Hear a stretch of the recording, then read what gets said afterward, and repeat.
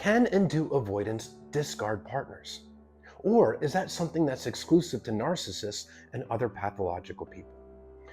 If you are measuring a discard by the intent of the person doing the discard, then no, avoidants don't discard partners. But if you are calling it a discard based off of the experience that the person that is being dumped feels, then yes, absolutely, avoidants can and do discard partners. When someone is discarded, they feel like they're thrown in the trash, like they never even mattered. They're shown no empathy for their pain whatsoever. They're blindsided. The relationship ends out of nowhere. They're given little to no explanation as to why the relationship has to end. They're given no closure, and they're deprived of a say or a voice in the breakup. And yes, avoidance can do this to partners. And it's because of fear. They have a very specific set of fears that stem from childhood emotional neglect. And that can cause them to shut down, deactivate, detach from their emotions, and push a partner away. It's a maladaptive self-defense mechanism. They're not doing it to hurt the partner, but they're doing it to protect themselves in a way that doesn't actually protect themselves. It's all based out of fear and insecurities. And normal, healthy relationship behaviors are what will trigger them. Now, there's slightly different differences between why a dismissive avoidant and a fearful avoidant might discard a partner. With a fearful avoidant, it's generally more resentment that they've built up due to unmet needs over the course of the relationship. But they haven't communicated that since they do fear communication, since expressing their feelings as a child wasn't safe. For dismissive avoidance, well, you have that factor too, but you also have the emotional closeness and the fear of losing their independence that's ultimately at play. Dismissive avoidants are the pure avoidant.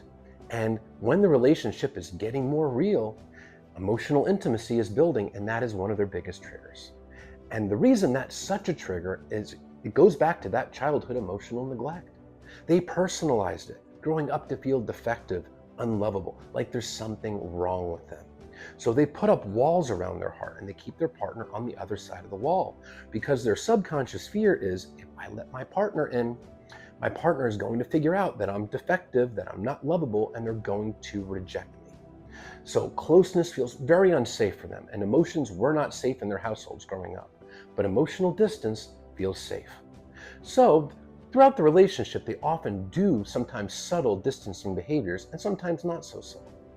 But when their fears get triggered to the point where it overwhelms them with anxiety, they've learned to detach from their emotions, suppress them, not even allow themselves to access their own feelings, and they can abruptly blindside a partner. And since all those feelings are suppressed, empathy gets suppressed as well. When you're on the receiving end, it is devastating. It feels like you can't even breathe. You thought you had your future planned out with this person. You thought you had your forever. And then suddenly it's over. And you are left to feel like you're to blame because they often do blame you because they're avoiding accountability. It's part of what they do.